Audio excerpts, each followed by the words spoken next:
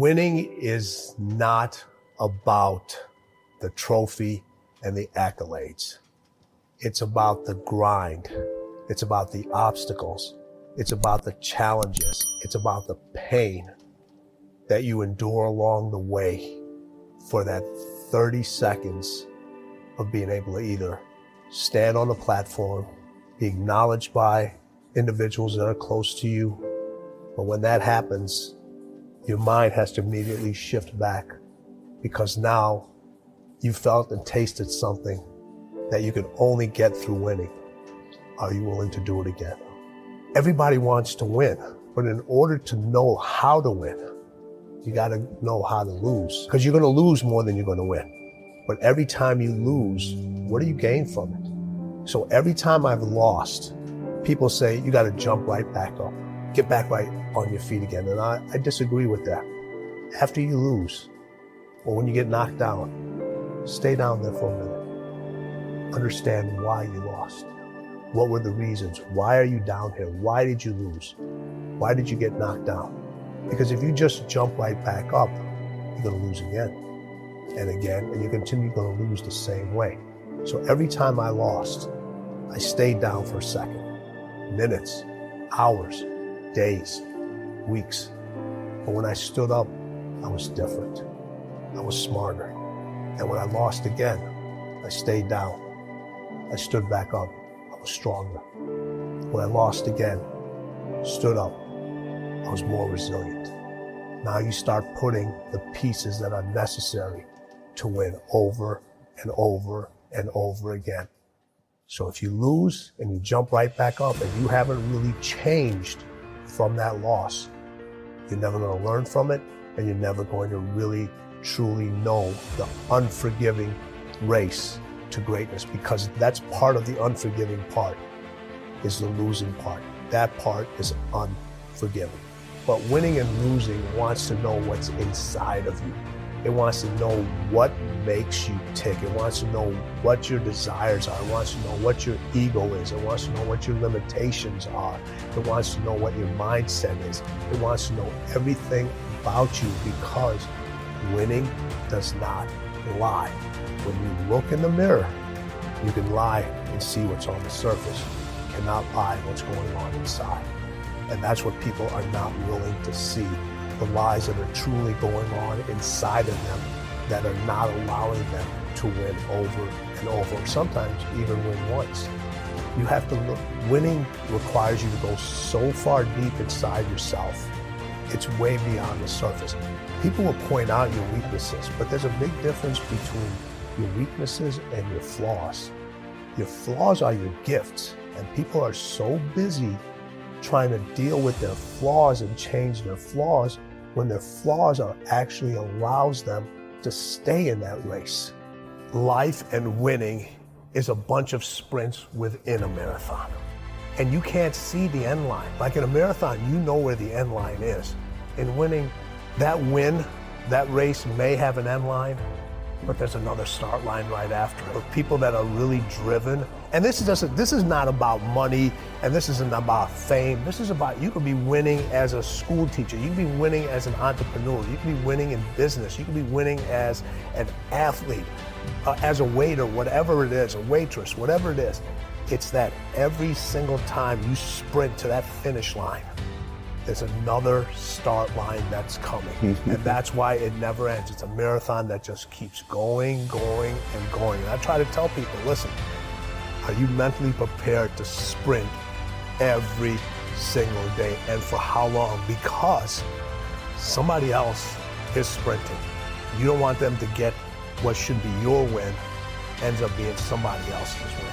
And everyone says hard work, no, we'll get you closer to that win. How many individuals have you known that you've outworked and they got that win? Winning has no loyalty to you. It has no loyalty to me. It has no loyalty to anybody. You can outwork somebody. You can outstudy them. You can do all these different things. You can apply for a job, and somebody who's less qualified ends up getting that job. Winning is in all of us. We all want to win, but the path people take to get to winning Everybody wants the end result and they want to feel the sugar and the confetti and all that other stuff. But what you have to endure to win, no one wants to talk about. And that's what really winning is about, because you spend more time enduring it and being in and not in a good place. And I wanted to bring it out and say, hey, no matter what you do in life, where you're at, this is what winning takes. And it's in all of us. It's in all of us. You find wins every single day. And when you find that win every single day, you can get closer to whatever winning means to you. They know what winning feels like, but what it takes to go down that unforgiving race to winning, they don't want to do, because it's just too hard. So they rather stay in the middle. They rather stay, because that's where the majority of the comfort is. It's in the middle. Everybody wants to be seen until it's time to be seen. Winning, in order to win, you have to be seen. And once everyone can see you, you become a target. Everyone has their perception of winning, but the book talks about everything that goes along that path and what winning will bring you. And it's not always what you anticipate to be. What's the one thing to success? What's the one thing to your success? What's the one thing to making it? What's the one thing to winning? Man, if it was that easy, everybody'd be doing it. But when you look at the road to winning, people look at you and they're like, you're a success, all right? But your road has so many more steps. Those steps are infinite. Sometimes you get to see them, sometimes you don't. Sometimes they're there, other times they're wobbly. And you don't know if that next step is going to be there, but you have enough belief in yourself to say, I know it's there. I'm going to take that step. I may miss the step, I may fall, I may get scraped. That step may go in a quicksand, but I know there's another step. I know it. I believe inside me that there's another step that I have to take, that somebody else isn't making me take. And you continue to take those. Those steps are infinite. Winning is infinite. Those steps are infinite. And people don't want to continue to take those steps. I don't care what kind of shape an individual's in. The greatest athletes, as much training as they ever do, if you've ever had to run up a flight of steps, it's hard. It's extremely difficult. So when people say there's 10 easy steps, or there's 5 steps of greatness, or their steps to me are infinite. And even when you put that plan out there, people aren't willing to even take those 5 steps. Winning requires you to be different, and different scares people. So if you're worried about what others will say, the long-term effects, the sacrifices you'll make, the sleep you lose, your family being angry, I can't help you with that. There's nothing, quote, typical about lifestyle and choices you have to make. Winning is inside all of us, but for most, that's where it will stay, trapped under a lifetime of fear and worry and doubt. The race to greatness has no rules to protect you. Nothing says you're going to lose. Nothing says you're not going to get hurt. You're not going to do all this work for nothing. There's no guarantee it'll be fair. Most likely it will not be fair. You'll lose at the buzzer. You lose to someone who didn't work as hard as you did. You lose on a bad call or a bad place. Someone else will get the job. A pandemic will wipe out your season, your bank account, your career.